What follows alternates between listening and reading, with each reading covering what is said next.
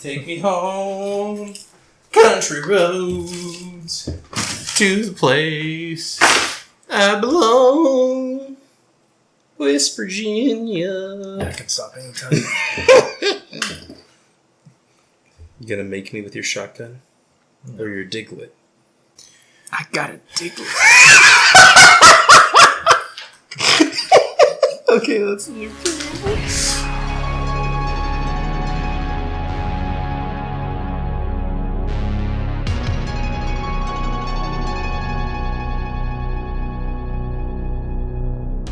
Welcome, everyone, to episode 37 of the Pokey Podcast. Today we discuss, does Snorlax have sleep apnea? I'm Azurite Soul. I'm Dull and Malna. I'm Diglett Fan 8. Oh my gosh. And you've been pranked out of season, April Fools, because we're finishing up Resident Evil 2 today.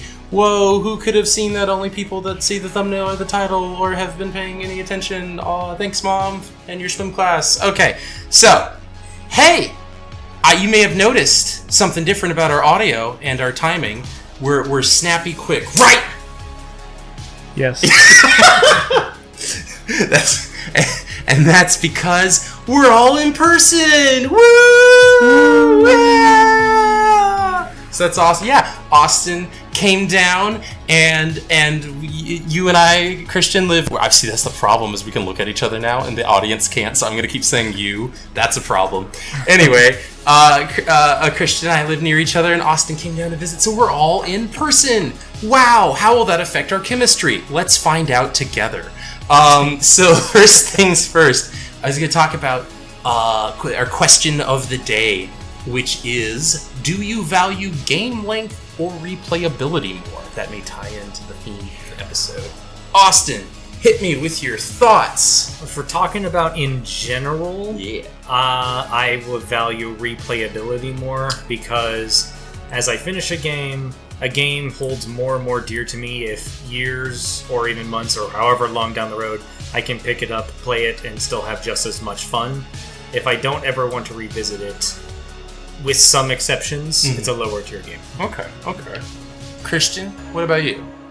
I would agree with Austin. I think, but I would also say yes to both. I mean, yeah, like I value long replayable games. honestly, me too. So this is maybe slightly controversial. That's part of why I love Xenoblade 2 so much. Is yes, it's like an 80-hour to 100-hour game, but also I New Game Plus that thing. What's really fun is you get to carry over your stats, and so you can beat that 80-hour game in like 20 or less, which is really fun because you're steamrolling everything. Mm-hmm. But you also can get different like characters and stuff. So it's like I feel like I got a full meaty JRPG, and I've gone back and replayed it like 5 times. But it may just be me. Others at this table who I'm looking at that the audience cannot hear, named Austin or not, may have different opinions on that, but that's okay. But yeah, audience, I really do want to hear that from I'm genuinely curious, because I know this is a decently big, controversial, or people fall on different sides of this. Game length or replayability, both are great, but like, which do you value more? I bring that up because I think this one is a little bit shorter, but a little bit more replayable than the previous game, and so that's the theme for those that subtext is hard for. That's me. Going from there, though, fellas, we already beat Clary, obviously. We've talked about this at length, possibly 2 episodes worth. I'll decide after I edit it. It's been that much. But we're going through this again. You know, there's a couple new sites along the way, but there's a lot of familiar sites as well. So, wanted to talk about, I guess, we've covered a lot of ground. We don't need to recover that ground, unlike the game making us replay this. So let's talk about some of the differences. I'll bring this up, but it was not my first impression, but you guys actually beat this session before I did, and both of y'all just kept saying, oh my gosh, there are jump scares every 5 seconds, right? Yes. That was so Christian, why don't you tell us a little bit about the extra jump scares compared to the first run through? So, like, with Claire, I'm trying to think, there was maybe 2 jump scares. Like, there was when the arms reach through the window, and then there was when the liquor burst through the glass. Yeah, and the RPD, the interrogation room. Yeah, the interrogation room. Those are the only 2 jump scares that I can think of. Yeah, it's the only ones that stick out in my head too, honestly. But there were a couple more this time. Yes. Just a couple. Just a few. Just you want to name a few of those, or any that stood out as good or bad, or was it just a little silly by the end of it? It made it more suspenseful because I didn't know when there was going to be another jump scare, so it kind of kept me on my toes. Yeah. But the interrogation room again got me because what? Well, not him jumping through the glass, but I didn't expect him to be just sitting there. Just sitting there on the other side of the glass. So he just went through that door that you go through first. Yes. That's funny. And he was there. Austin, any jump scares stand out in this one in particular? You can jump around too. I know you can. Well, it's less so jump scares as it is just, oh my gosh, they just keep coming out of nowhere. There are so many more zombies and creatures. It's just like they're literally falling out of the sky. Yeah. There's so many. It's like snakes, but worse. So I guess related to that, so one thing that got me, I was getting memories of the remake slightly mixed up, because there's the part there's the part in, we talked about this briefly in Claire's, where you like use a wire to lower some shutters. Mm-hmm. And in the remake, I seem to remember that the equivalent where you're like blocking up doors so zombies don't surprise you on return visits. And I thought that's how it worked. But then the shutters went up and a bajillion zombies came through that door, and I was like, I didn't realize I was picking which one was going to be a harder time for me. I guess probably they would have come through on the first run. Basically, you're picking where you get them the first run of the second, but I was like, I intentionally picked that one because I was like, I really don't want to have to deal with zombies in this particular hallway. It's really tight and I don't like it. It's the one that like goes into the basement, basically, was the one I picked. There's another one like near the edge, near the where you first meet that liquor. I was like, I'm never in there, but I know you have to go into the basement a ton of times. So I was like, I'll make it so I have to deal with this. And then there were like 20 zombies and it refills, and I was like, oh. So yeah, lots of jump scares. Yeah, the refilling was not fun. I would clear an area and like, cool, do something, come back. And there's a whole bunch more of you. What was the point? Yep, definitely. So I guess you were talking about jump scares, and like there's a fine line between annoyance and suspenseful. Do you feel overall the increased, events and scares in Route B, like, was good, added fun tension, or tipped more towards annoying, Austin? Honestly, it was not annoying. It was more suspenseful, because I wasn't getting slaughtered with all of them, but I found myself hurt a lot and constantly wondering, do I have enough stuff before I enter this room and be surprised by a whole bunch of stuff? And it was kind of almost a fun action game at a point. Yeah. And you feel the same way, or a little bit different, Christian? No, I would 100% agree with that. All right. Probably don't need to say your names because I can look at you, but I'm in the habit at this point. Anyway, so yeah, but there was another wonderful, amazing new feature. Sorry. Okay, people love Mr. X, especially in the remake, but he sure was in Route B, wasn't he, Austin? Yeah, sure. No? Yeah? Christian, did he leave a big impact on your life? He left a big annoyance. But okay. Yeah. So like he was annoying, but also I loved how you could always tell when he was coming, because it was just that you enter a door and before it's even like fully loaded and you can see the room, you just hear the organ just right in your ears. Yeah. Oh my gosh. But I kind of enjoyed that. But the annoying thing was with Leon, like Sorry. Jumping ahead. Whenever he would punch you, Leon would like fall over. Yeah.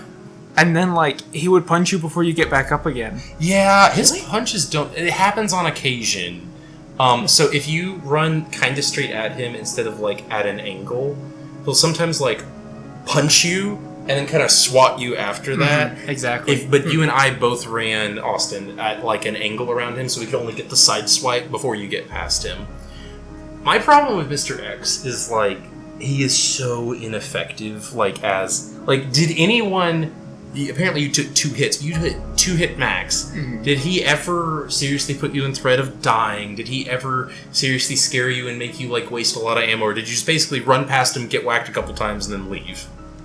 I think the first encounter he got me because I did not... I didn't know what to do with him. Yeah. So he ended up getting me in a corner. Yeah. And I just couldn't, with his big, broad shoulders, I couldn't get by him. His manly, muscular shoulders. Oh, yeah.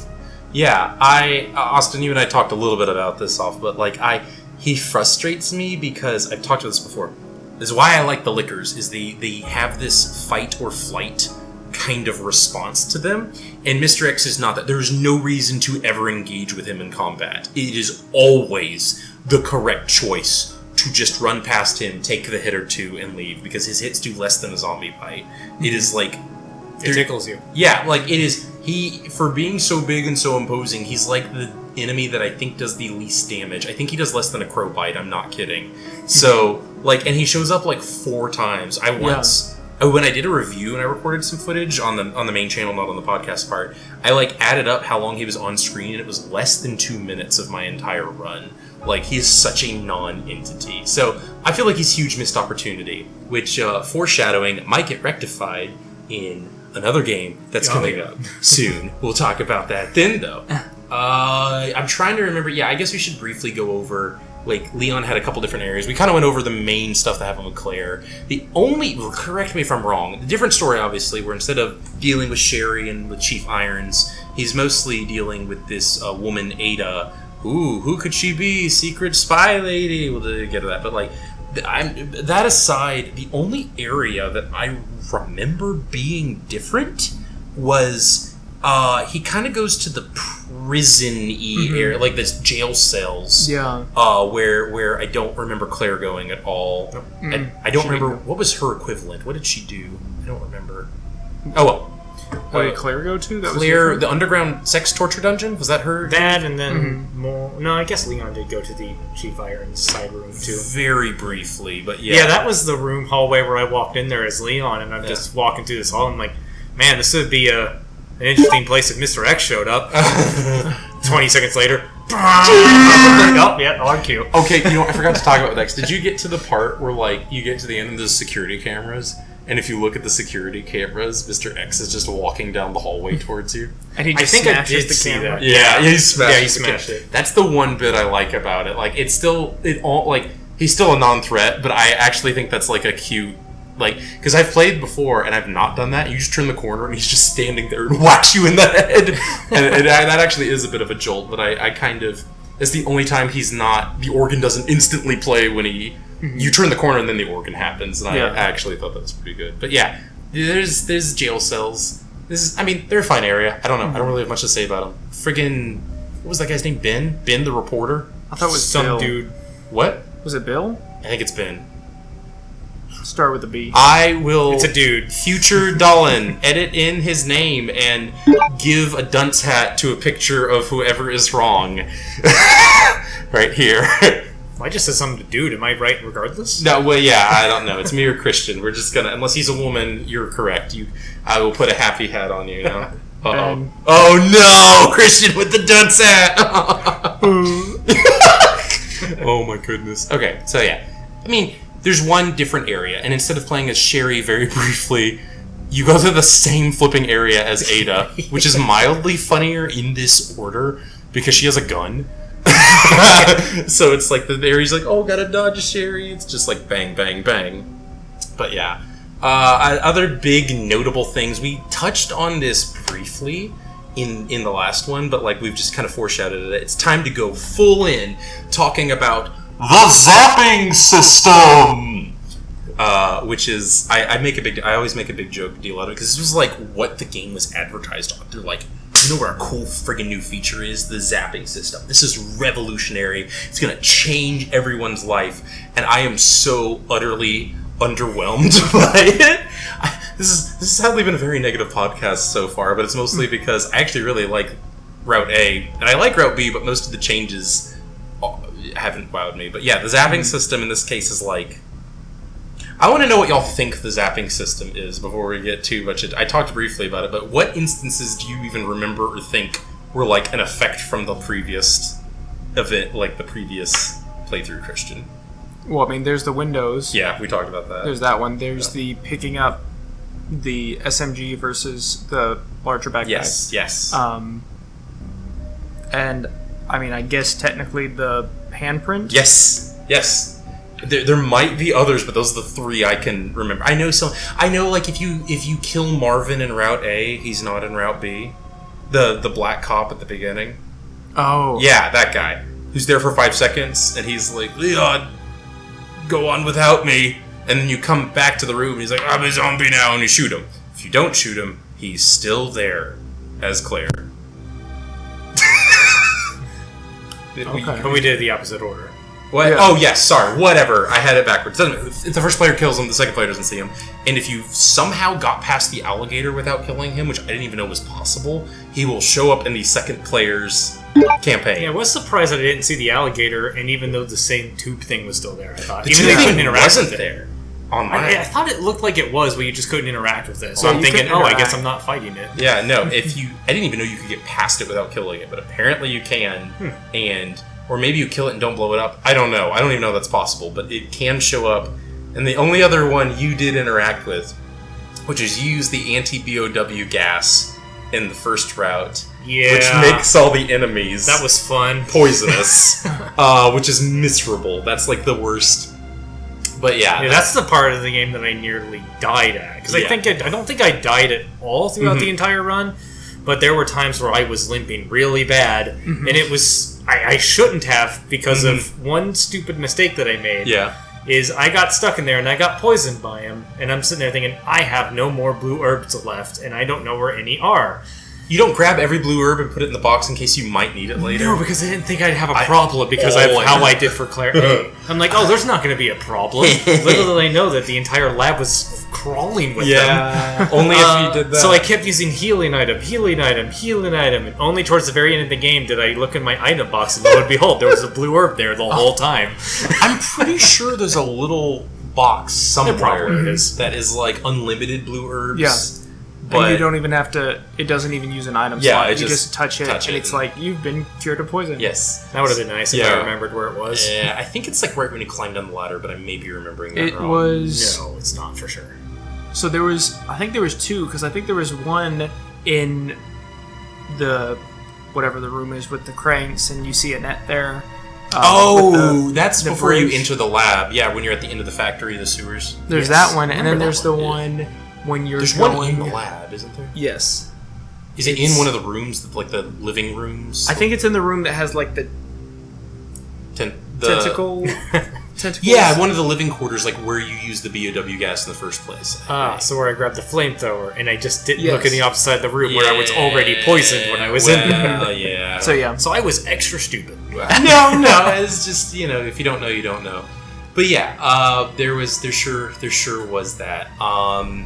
I am trying to think. Oh, speaking of, you talked about nearly dying, and this brings up this because you do fight some different bosses in this version, which I thought was fun. You get to see the versions. There's like 4 or 5, depending on how you count mutations, that William Birkin takes. You get to fight the ones you missed, which I think is fun.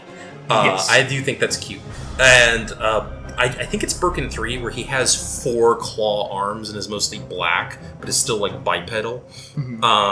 Is the only time in this run, sorry, humble brag, it's the only time in this run I ever took any serious damage. It's because I accidentally ran into the corner and he like stun locked me for a while, but I still just magnumed him to death. Is that the one on where you fighting him on the train platform? Yes, the trolley. That one was rough for me because Yeah. I have normally known or felt like I knew when a boss fight was coming. But I didn't properly prepare when I got in the tram, so I had a few handgun rounds and a few shotgun rounds. And that's all I had for that fight. You had a shotgun. Yes, I think I had like 2 or 3 bullets left when the fight ended, and I was so happy. Because if those last bullets didn't take him down, I didn't know what I was going to do. I think I saved 3 times this run. I was really being... Well, I guess I'll post the stats at the end. We can look at those. But I was so behind. Y'all had been finished for days at this point. And then my son wasn't feeling well. And I stayed home with him while he was like sick. Not like dangerous sick, just not. He wasn't feeling good. And for some reason, God looked upon me and blessed me. And he slept in till 11 a.m. And I woke up at like 8 or 9. And so I went, okay. And just in bed, start to finish, ran through the entire game in like 2.5 hours or whatever it was. And just like marathon. I kept updating him like, found data, saved for the first time. And you replied like, you're insane. But that's not like, oh, I'm such an elite gamer. I've played probably this classic Resident Evil more than any of the others because we're not going to do this. I tried to get all 4 of the endings, and I've done that like twice. So I've been through it like 8 times basically. So this game is like ingrained in my head. And this is kind of what we were talking about earlier at the front, and I'm jumping a little bit ahead, but I want to ask, what do you think the value is of playing Route B? Is it worth the second playthrough? And is it more worth the second playthrough than the playthrough you didn't do of Chris from Resident Evil 1? You know what? You can think about it. I'm going to come back to that at the end if you want, but that's something I want to be thinking about, because that's what I had this question of, like, Resident Evil 1 versus Resident Evil 2 on, like, shortness and replayability multiple times, but, like, there's less content, but there's more variations on it, I guess. We'll get back to that in a second. But, yeah.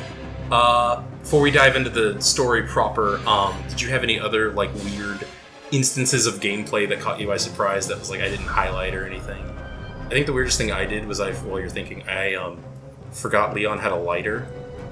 And so I ran around the map looking for the lighter before realizing... I even went to the painting and went, oh, I don't have the lighter. Okay, and like left, went to like the basement in the garage and did the whole thing, and then came back and was like, oh crap. I was doing something else and saw the lighter in like the top right of the item box, and it's like the menu, and I was like, gosh dang it, forgot about that. So I had to run all the way back and grab it and then run all the way back, and it was... Yeah, so that was probably the only other like really dumb story I ran into. Well, the last thing for me, I think, was what I ended up getting as the fantastic reward for doing both fingerprints. I forgot about this. I hate this so much. You didn't miss anything. No. Okay. So you walk into this room. Wait, before I need you to tell the viewers. We mentioned it last time. I need you to remind the viewers the amount of trouble you have to go to get into this room. I didn't think it was that much trouble, but you did have to go completely all the way downstairs. As and you go Claire into an first. obscure room. Yeah. You kill a giant moth. Yeah. You kill a bunch of bugs on a keyboard. You register yourself with the right username. Make sure you found the username beforehand, or you have to run back up, get it, and then run back down. Someone did that. Yeah, it was just guessed. Yeah. It's the easiest, most hackable passcode. Yeah, but you don't register a fingerprint. Go all the way back up. Uh-huh. Register your fingerprint in the console as Claire. And then that's all you can do. And then you do the exact same thing as Leon. Go through the entire lab. Yeah, it's like the opposite ends of the lab on opposite floors. Yeah, you end up going through the entire lab. Yeah. To kill the same moth again. Clear off the keyboard, register it, go up there, just to meet like 2 to 3 lickers, and then a machine gun. Yep. That I only used at the very end of the game for 3 zombies. Yes. Oh my word. It's just the SMG again. It's just the SMG. That's all that's there.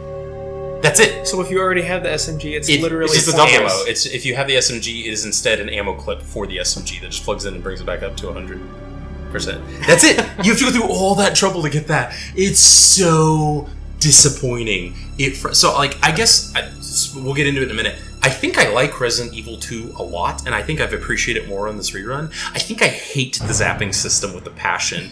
The only thing it does interesting is I kind of like making enemies weaker early on to get a poison later. That's a little bit of interesting risk reward. And I do like that it lets you can technically take both the SMG and the pack in Route 1. It says probably shouldn't do this, but it does give you the option to. So you can really, if you're really in a jam and feel like you'll be doing better on the second run, you can kind of screw over your future self to try and get temporary. Those are the only 2 interesting things I feel like it does. And it's treated as like, this is the thing that makes it different. And I'm like, this sucks. I think the game is good, but the zapping system, I was unimpressed with. In concept, I really like it. Yeah. It's just, it wasn't properly executed. Yeah. But I like having, if there was a lot more throughout the thing, like making something easier or harder in runs that you choose. Like, hey, I really struggle with this one for this particular character. And then you can influence that as you play the games. Or just do fun stuff. It's like, I want to make this character have the worst time possible on purpose, and then take everything for fun. If it were me and I had been designing this in all my infinite knowledge, I would make it so, like, probably it's too hard to do this, like, mechanically, but what I would want something like this maybe with modern technology to revisit the system, because they never revisit it, and it makes me so sad. Even in the remake, it's not really there. But I would want, like, enemies that you don't kill are in the second run, plus whatever the second run enemies are. So if you're not clearing them out, and you're, like, doing a very dodge-heavy, thing, the second guy's got to deal with, like, a cavalcade of monsters. It already felt like I know, yeah.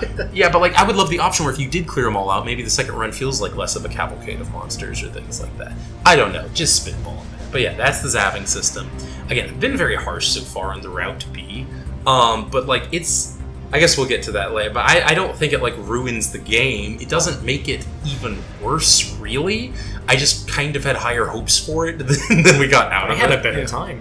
Yeah, we'll get to that in a bit. But yeah, I guess before we delve into kind of that, like, A versus B thing, because I did want to ask one more thing. We kind of skipped over the story. Like, Leon and Ada, they're kind of the hot button item here. What'd you think about Ada there, Christian? So... And Leon. So Ada, literally, this is all in, like, how many hours of, like, in the game world do you think the whole of that night takes place? I mean, it's got to be less than 12. Yeah. Like, it starts and it's the evening, and they leave and the sun is rising. So, okay, like 8 to 12 hours, maybe, something like that. So, like, within 12 hours, people get unconscious a few times. Yeah, and they wake up. So yeah, like it's got to be. So Ada, literally within a 12-hour span, finds out, oh, this boyfriend that I'm so in love with is dead. Hey there, fancy cop man. I love that you're giving me more ammo to hate Ada even further. Well, it's such a quick turnaround, and, like, it didn't work for me. Yeah, it didn't work for me. But Ada, I felt like, was a much better companion. She could run at your speed. Because she could run at your speed, and there was one point that I ran out of ammo. If you put her in between you and the zombies, she will kill them all, and her gun is more powerful than your handgun. That's interesting, because I tried to do a test to see, can Ada just kill things for me and I can just watch? I didn't feel like she was doing anything with her gun, because she would shoot and the zombies wouldn't react or do anything. So either she doesn't do much damage, or she was just missing every single zombie on my side. I wonder, and I guess... gosh dang it, Future Dolan, I'm sorry. I want you to look up and see. I have a theory that maybe if you run out of ammo, her bullets become more effective. Like, the game is programmed that if you've got ammo, it's mostly on you, and she does, like, pittance damage. But if they find that you're out of ammo, because I assume you ran out is why you did this, right? Yeah, if you run out of ammo, maybe it switches modes where she becomes more effective. This may be impossible to test, and I'm not going to work that hard, but if that's easily available, Future Dolan, I'd love you to post it here. So yeah, but this bodes ill for the rest of the series, but this is my favorite iteration of Ada. Because I like that, yeah, what you said, like, is, like, I felt like it was pretty obvious, and maybe I'm colored by, my view is colored by, like, later series, but I felt like it was pretty obvious that, yeah, she was not really in love with John. She was clearly, like, a spy using him, basically. Yeah. I feel like that's pretty, like, because even Annette goes like, oh yeah, you're that spy, at one point. Doesn't she say that? Did I hallucinate? Yeah, she even says that using... Yeah, you're that spy using John. So, like, obviously she's using him. She's not really in love with John. I think she does really pseudo fall in love with Leon.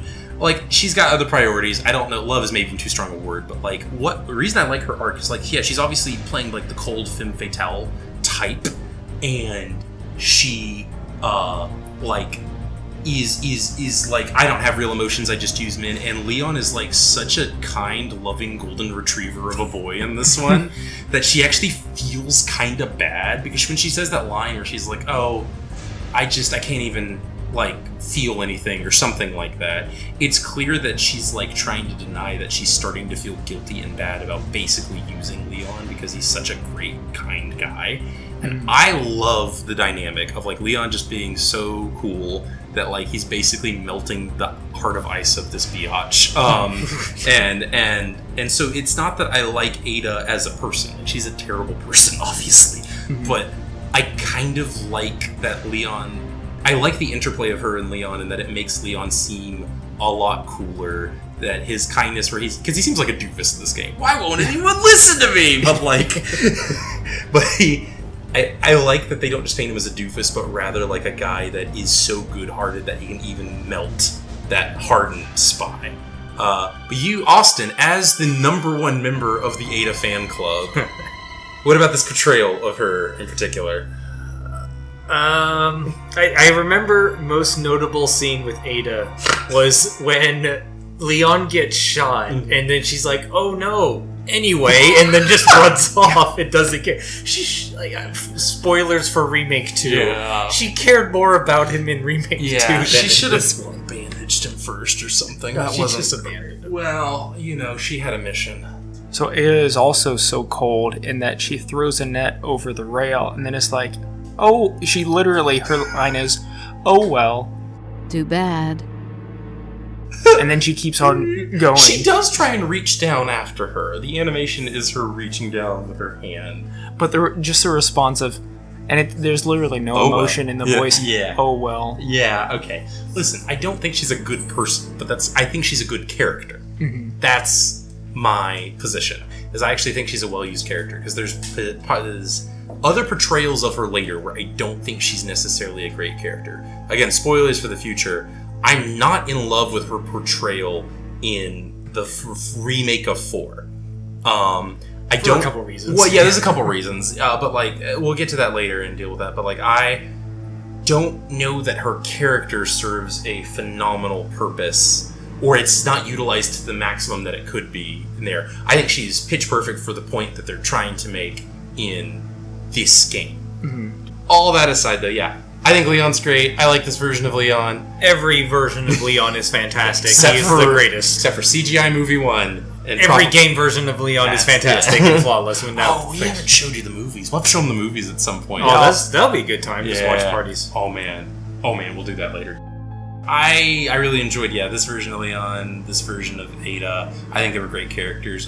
Okay, I know we didn't like her. One last thing that was BA. I forgot the animation where the frigging Mr. X tyrant picks her up and she's just like, oh, and unloads the gun into his head while being held by him. I actually thought that was pretty BA.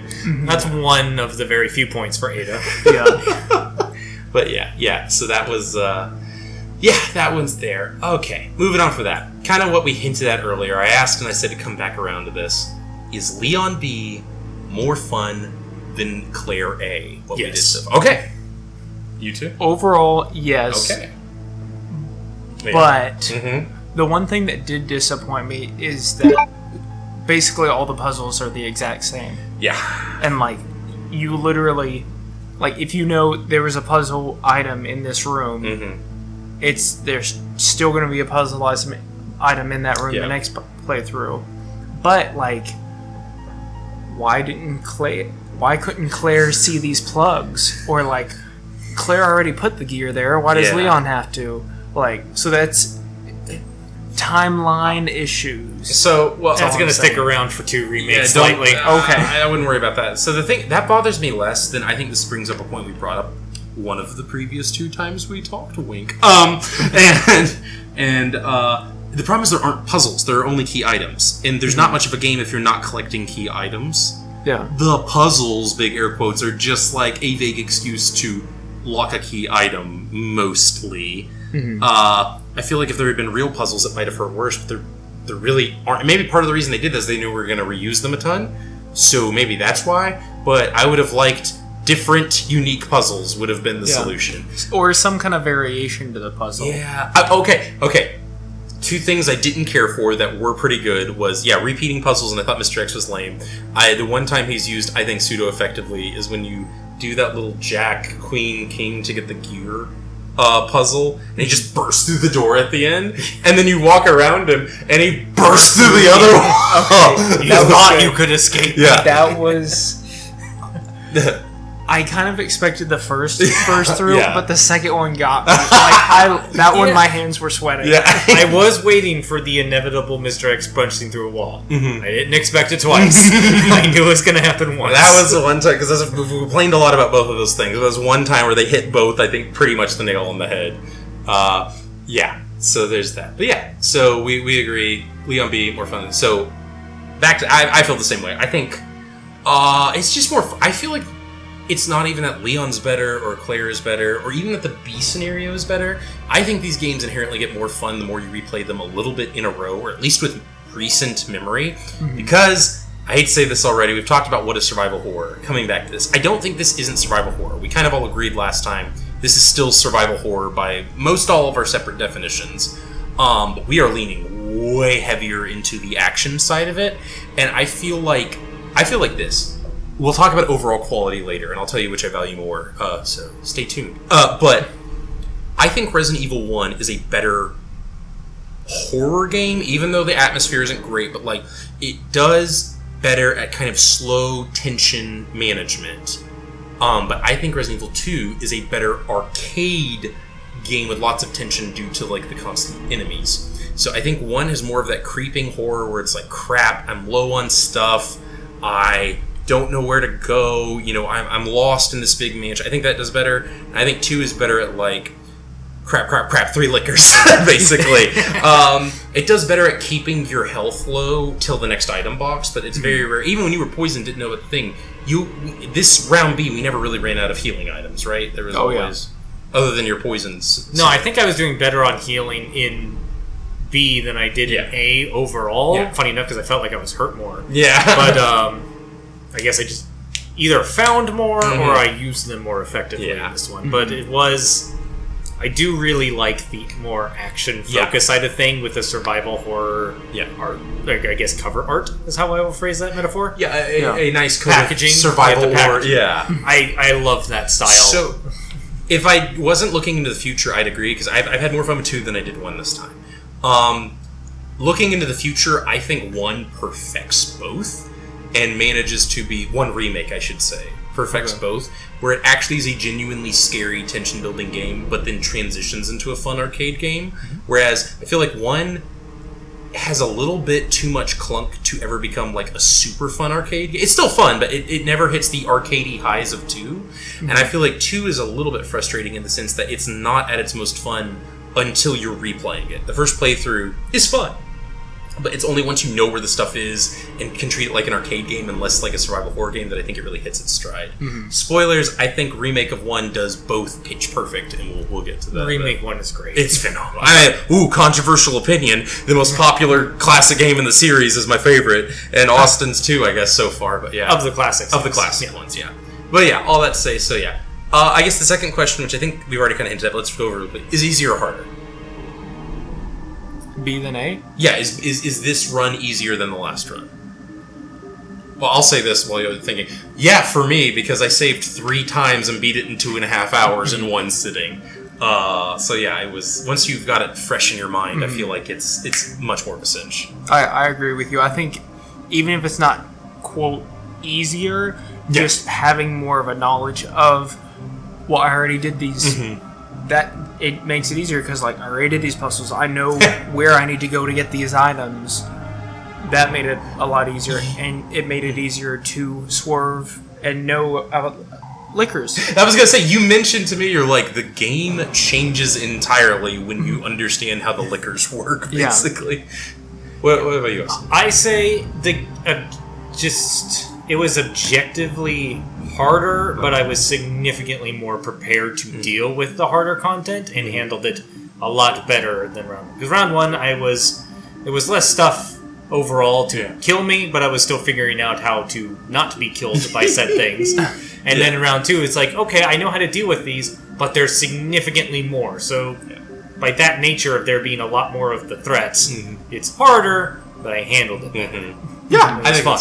Yeah, because it's objectively Route B is harder than A, but I think the knowledge you gain is so much more useful than the difficulty spike. Your capabilities increase exponentially more than the difficulty spike. Exactly. Yeah, that's that. So we kind of again touched on these last 2, but it's worth kind of just summing up here. Resident Evil 2 versus 1. We're gonna get into like which we like better overall, but just structure-wise. Do you like the A-B scenario with some light connections a little bit better, or the more distinct... You didn't really play, especially you didn't, Christian, didn't play distinct campaigns. Austin has played some games where there's kind of distinct campaigns, I think, some of these at least. Maybe not, actually, now that I think on it. Maybe, I don't know. So I guess I'm asking you a question you don't really have a lot to pull from, so that's a dumb question, but 2's format or 1's format? More distinct, longer campaigns, or shorter with more overlapping but little changes in between? You have a preference on that? I think my overall preference is the single campaign thing. Yeah. But I don't want to say that in the way that I don't like how Resi 2 did it. Yeah. Because that is fun occasionally when it pops up. Mm-hmm. Like, even in 2 Remake, where they do basically the same thing, I had a really good time. It's a fun way to have 2 main protagonists and still have some uniqueness. But I do prefer, like, the consistent single movie plot. Yeah. So to speak. I think... I don't know. Christian, you go first. Let me think about it. I also like the movie plot. That was a good way to put it. I wish that there had been more distinction between Leon and Claire. Yeah. I think if it had been, instead of mostly the same areas with with small differences, I wish it had been different areas with some overlapping. Yeah. Like, not a majority of the game spent in the RPD. Yeah. Like if Leon had spent more time on the streets, or vice versa, or if Leon had started in the sewers, I don't know, something like that. That's my opinion. No, I think that's pretty close to how I'm still trying to think how to articulate it. But I think the one I'd like the most is the idealized version of 2 that doesn't exist, where there's more overlap and more differences, or more like affecting other things, less repeated content. I kind of think I like. This sounds bad, like I want to do something boring and safe more than interesting and fail, but I do think 1 does better because, again, y'all didn't play as much. But I feel like Chris and Jill felt more distinct to me than Leon and Claire did, and I kind of like the more distinct, like, because a big deal is that Jill has 2 extra spaces in her thing, and whereas in this, just whoever you choose gets 2 extra spaces. So it kind of, even though it offers more choice, it makes the characters feel more homogenized because Chris and Jill have different, unique. I know there's some difference in the weapons, but like they felt more distinct to me in the first game than they do in this one. And I think I'd like a version where we didn't dip our toes into that. But like you said, a more different version of 2 would be better. But as it stands, I think I like the setup of 1 a little bit more than 2 as they actually exist in this moment. You look like you were going to say something about it. You literally covered the exact one I was going to bring up. The weapon differences, and then you immediately started talking about. Yeah, sorry. Because there's only she gets the zapper gun, which is really only a boss weapon. It actually does no extra damage to anything but Birkin. But I completely missed. And then she gets the grenade launcher, which is cool. I like it. Yeah. And then he gets a shotgun. I guess that's the thing also is like Jill gets pistol, grenade launcher, shotgun, magnum, right? Yes. She gets all those. Bowgun. So, what? She also has a bowgun. No, that's Claire. Who'd you say? Jill does not get a bowgun. Yeah. But I was going to say, Jill. Claire's only unique weapon, to her, is the bowgun, which sucks. I liked the bowgun. It's the shotgun replacement. It is the shotgun equivalent. It was my preferred liquor killer. Oh, man. Okay. I just as soon as I realized, hey, this thing deletes liquors. But I use it on every single I use one. the flame rounds because they go down in 1 hit with the flame round. I never had one go down in 1 hit. They were always 2. It can be 2. It depends on how long they stay on fire. If you hit them and they burn for a little bit, they die. Okay. Yeah, but anyway. But yeah, that's the thing. You have so many options. You have too many options. Anyway. All that to say, but yeah, that's that. Okay. Last thing to talk about story-wise before we get to our final, finale. Would you like a version of this game that doesn't exist where you cut back and forth between Leon and Claire? So it's one campaign, but you do both characters, and it kind of swaps you back and forth at points in the story. As an option. I'm having flashbacks of Dream Drop Distance. I wasn't thinking like that. I meant you hit a story point. Leon gets knocked out and you wake up as Claire. And Claire's like, well, I better go do things now. Not randomly throughout the game. I personally do not like that. Okay, yeah. I think that's fine. What do you think? I actually would have said that would have been kind of cool. Okay. I'm trying to think if I've heard of games like that. Sonic Adventure 2 does something like that, where you have a speed, a mech, and a treasure hunter characters, and they kind of rotate as you're going through the story. Yeah, I didn't like that. I liked Sonic Adventures 1, you pick one character and you go at a time. I prefer that. Interesting. Well, when we get to the Sonic podcast, we can talk about that. Okay, yeah, but now back I was saying. The extra ending! Secret ending! Whoa! We got the extended version! It led to the best ending, for sure. What do you mean by that? When you finally defeat said secret ending boss. Yeah, you want to talk about and then you finally get the very cheesy rock moment. I mean, that is the best ending. Oh, yes. I do love that ending theme. It is phenomenal. But yeah, I like it. It's hard not to like it. It's also hard not to wish there was a little bit more to it for me. Mm-hmm. Because the stuff up to Mr. X is normal. Normally he just hops on the train and they go, okay. I still love that line. It's in both versions where he's like, it's finally over. What about my brother? You're right. It's just beginning. It changes his mind so fast as you said. Yeah, change. Just instantly. But yeah. Classic Leon. Women. Yeah. But anyway. But then and then in the final thing, you've beaten Birkin 1,000 times, and then he just turns into the wall of flesh on the train, and you shoot him with your 5 billion frigging magnum ammo. You shoot him with a rocket launcher, and then shoot some magnum ammo, and he just dies. So, is there anything up there? Because I had the 1 rocket left after defeating Tyrant, obviously. Is there... what happens if you shoot that other rocket before you fight the wall of flesh? Do you You just magnum him. It just takes a lot. Okay, so you can't beat him. You don't need the rocket. No, it just takes a lot of it shortens it a lot. Okay. If you just fire constant magnum ammo into him, you can do it. But the missile launcher does make it significantly faster. Oh, thank you. Hi, are we still recording? Yes. Okay, thank you, Kat. My question with regards to that, say you're out of ammo, or let's just say you have ammo. So when you think about it with Claire A, Leon B, Claire literally has a grenade launcher, a bow gun, a zapping gun, depending on what you chose, an SMG and a pistol, and she's just chilling up front. She's taking care of Sherry. Sherry's fine. She's doing the woman role. Sherry literally spent 85% of the game wandering around by herself. Yeah, but she got poisoned by her father. But the worms are gone. She's fine. No, they're not. Foreshadowing. They're gone for this. Yes, I know this. Very far into the future foreshadowing. Okay. Yeah, no. You better keep an eye on her. You don't know what's going to happen 17 games from now. she has Claire's jacket. She's fine. Yeah, that's it. I mean, that's the real thing. Jacket. Yep. Claire could have at least thrown some guns and ammo our way. That would have helped. It wasn't that far away. Well, you saw how helpful Ada was, so I mean, I don't know that we wanted the AI companions in that one quite yet.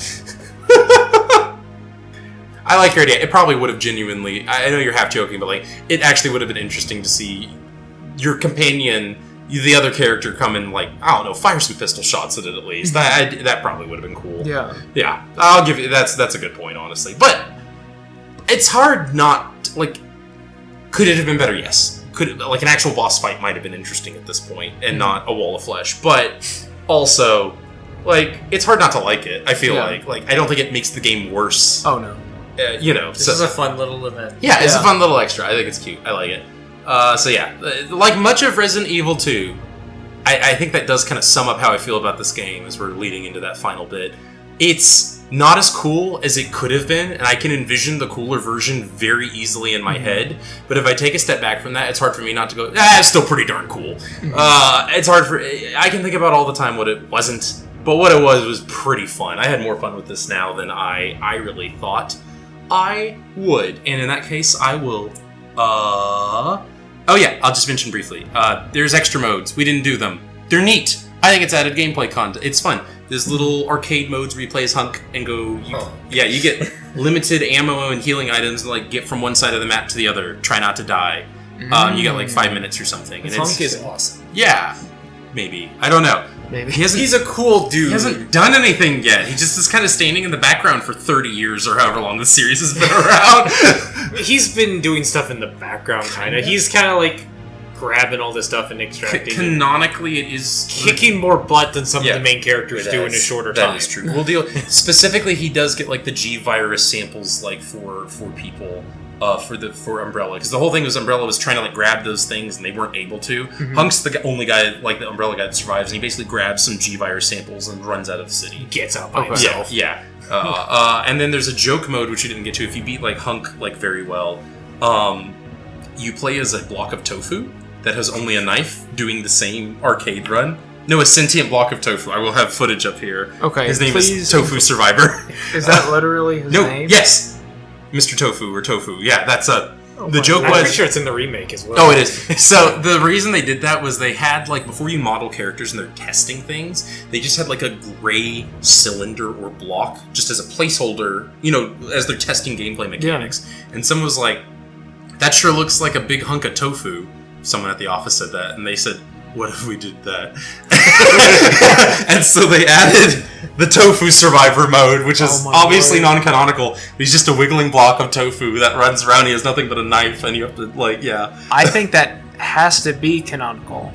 Okay, sure. We have to assume that he is a sentient tofu that is surviving along with us. Well, he does. Okay. Now we need tofu posting. Oh, man. Okay, we'll find the tofu posting. But yeah. So we didn't deal with that. Also, if you get like S ranks and things like that, you get some unlimited ammo, guns. You can get the unlimited rocket launcher and some other stuff for replays, which is fun. It's just like easy mode. We didn't go through all that, but I do like that. It's nice. Resident Evil 1 had some extras, but like I think they were mostly costume changes. You might have gotten unlimited ammo, but I don't remember it. Depends on which version you had and stuff like that. But yeah, like, again, kind of like most of this, do I wish there was a little bit more in-game content, especially looking into the future where I can see some of the in-game content later games? Yeah. But it's hard to be mad that they added more. Like, there's more here than there was last time. Yeah. Hard to complain about that. But yeah. That's true. So, with all that said and done, as we get into that, we'd already played through round of 2, but now we've done B. We finished 2. Fellas, the tier list. The almighty, all-powerful tier list. I'll start. This was originally, I think, my second lowest Resident Evil, maybe my lowest, I don't remember. It was in the bottom 3. It was like a low C rank for me. It has risen to, I think, a high B, and I think, gun to my head at this moment, it has actually risen above Resident Evil 1, the original at this point. I still have the same problems where I hate to see all the content. You have to play it 4 times, because especially, you were talking about already how you felt like there's a lot of overlap. There is even more overlap when you do Leon A, Claire B. There's maybe, being generous, 30 minutes of new content per campaign. Okay. But I'm also feeling like I kind of want to replay it just as is again anyway, so a little bit of different content, like I keep saying. Wish it had been different, more different. Wish it had more stuff. Wish it had been better, like I imagined it in my head. But it's hard to complain that there's slight differences if I wanted to replay the game in it. So for me, I'm still going to put Resident Evil 1. I think I bumped that up from a C as well to a low B.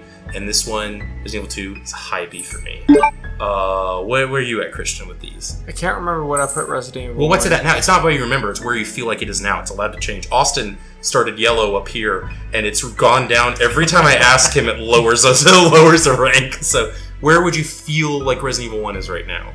For now, I'm going to put Resident Evil 1 as a low B. And I'm going to put Resident Evil 2 as a high B. Interesting. I do remember. You have raised Resident Evil 1 in your memory.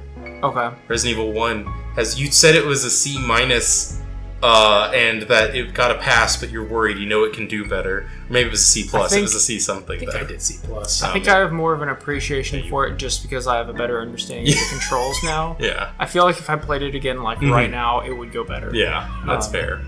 Yeah, so you're low B... High B, low B for 1, high B for 2, which is what I just said. Okay. Austin? C plus Resident Evil 1, B minus Resident Evil 2. Okay, we got a tier split here. So we're all close. Yeah, so yeah. Ooh, 3 white guys with similar opinions. Invalid, obviously. Who doesn't want to listen to that? Yeah, we bring a unique perspective in that we are, we all like video games and nerdy things. That's our unique opinions, but yeah. So, before we head off from that, though, any opinions, hopes, dreadful fears for Resident Evil 3? I've already played it, so I know what's going on. But, fellas? So, just a thought that I hadn't mentioned. So, when Ada unloads the gun on Mr. X, she is we're assumed that she's dead. Yeah, when he bashes her through the railing. Yeah. So, how did she throw Leon the rocket launcher? She didn't die. Women powers activate. But so, like, just my thought process. Like, he's a cop. Yes. I can't remember if it showed it, but he should have checked her pulse as a police officer. I feel like as an that's officer kind of, his of job. the law, it's his job to check her pulse. You don't, because he's like, I can't leave any person behind. If he didn't check his pulse, he just left his love behind. So come on, Leon. Yeah, there's a self-destruct counter going on. then just carry her with Sherry. you. He doesn't even know. Does he know about? He knows. He's heard the name Sherry, but he has no idea who that is. No, he's seen the little girl. Remember? Did you see a little girl run past her? Yeah, you just missed her. They see her like for 5 seconds there. But he doesn't know that her name's Sherry. I think Claire. Whatever. Anyway, it doesn't matter. So, so my prediction or wondering. So she, when she got hit, still had a sample on her. Is that why she was alive? No. Did this? No. Spoilers, no.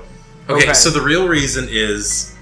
Remember I told you there's slightly different variations of things? In the Leon A scenario, she doesn't get smashed to bits by Tyrant. She gets, like, shot in the shoulder by Annette and is hanging off the edge of one of the overhangs in the thing and falls mysteriously to her death, and you don't. Which is what Remake takes. Yeah, Remake. The Remake takes that, even though it mixes some A and B together, but it takes that. And realistically, I think canonically, they kind of smooth over the Remake and just go, yeah, later she gets a grapple gun. That's like a key part of her apparel. And so the idea is, she thinks she falls to death, but she uses her grapple gun to save herself. And basically her getting smashed to bits just isn't canon. Okay. I'm sorry, that's the boring answer, but I just want to save you from that prediction. No, just she fell off an ledge and grapple gunned her way away is the canonical answer. Okay. Retroactively, but yeah. So does that mean she's on the train? Is that how she got out? That's a great question. How did she get out? We don't ever find it this out. I have to assume she was on the train and just hiding in the back or Well, something. no, but remember they disconnect it and blow it up. Yeah, I have to assume that she's like hanging on the side and she jumps off. But then it stops and they get out of the train and run down the thing because that train blows up too. Well, she grapple guns when they're not looking. I don't know. Grapple guns in the darkness. Don't think about it too hard. I feel like I have a point. Yeah, you do. You really do. But like, I mean, you're not wrong. But like, I'm just warning you that these questions will never be answered. So Ada made it out because she's a super duper spy lady. Okay. All right, but yeah. So any other predictions for 3? Just what you're hoping? Spoiler alert, real quick on that. She has the Sergeant Johnson syndrome, where Johnson shouldn't survive. But he does because they liked the character and they wanted him back. Pretty much. See this soon. They did hint at her coming back by having her be the shadowy figure that throws the rocket launcher. So even there, they're hinting that she may... I'm pretty sure in one... It may be a remake, it may be an EX mode I forgot about, but they're like Hunk and the Tofu mode. There's a mode where she runs out of the city and gets to a different... it may only be in the remakes. I may be mixing up my media, but there is like... material at some point that shows she breaks out, runs to a helicopter, and escapes because she also collects a sample of the G virus for people who are not Umbrella. She's working for a mysterious, different... Yeah, because she had the G virus necklace, which never gets... She actually uses that, and that's a plot point later. So anyway, yeah. So that is a plot point later, but just different than you think. Okay. So, Austin, any predictions for the finale of this little trilogy? I'm gonna hate Nemesis. You think? I think I'm gonna hate Nemesis. Awesome. He's so cool. Is he just an upgraded Mr. X? I cannot That's my even begin to describe how much more upgraded he is. I guess I'll warn you slightly, foreshadowing. He has tentacles that can come out of his arm, grab you from across the map, yank you to you, and then like crush your skull into the ground. He can run faster than you can run, and he carries an infinite rocket launcher with him at all times. And he just randomly appears like 8 times more often than Mr. X does. Like but it's still randomly appear. It's not like once he spawns, he follows you. Yeah, no, and then he does. He follows you through rooms for a while. Eventually, you can lose him, but yeah, that's gonna be the a thing. change. Yeah, that's the scariest thing is you'll like go through a room and you're like, I'm safe, and then the door opens and he's just there. Okay, because playing 2, that's what I kept on thinking was this. This would be scary if I he thought could go. he was going to follow me to the next room, so I after I got past Mr. X, I ran through like 3 rooms thinking like I gotta lose him, I gotta lose him, and then I stopped and I breathed and I was like, I still don't hear an organ. Yeah. I guess I'm safe. Yeah. No, but no, Mr. X. As soon as you like leave that area, he's gone. As soon as you hit the low screen. No, Nemesis follows you places. I'm maybe remembering wrong, but I think a couple times he can invade the save room. Oh. Yeah, No place is safe. Maybe that's only in the. I'm maybe mixing stuff up, but he follows you places you think you're really safe, and then he's just there, and it's like, nope. Can you still save it? I don't remember exact details. I'm sorry. Why would you want to if you I wasn't sure if you saved it and like reloaded it, if he would still be there. Or I may be remembering that wrong. Maybe it's not safe. Maybe that's only in the remake. But I know you like. There's places you're like, oh yeah, I'm 1,000% safe, and he just enters the door and goes, stars. So he says stars. yes, he's hunting that's his stars. only He's line. programmed to find stars members and kill them. That is his thing. Is he? You're playing Jill Valentine, the third one again. Oh, is he another tyrant? Yes, he's a super tyrant who's like so.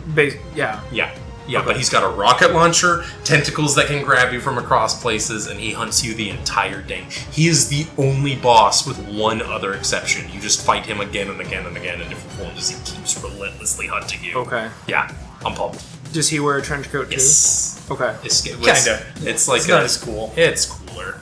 I still think Mr. X looks cooler of the 2, even though Nemesis has the cooler moveset.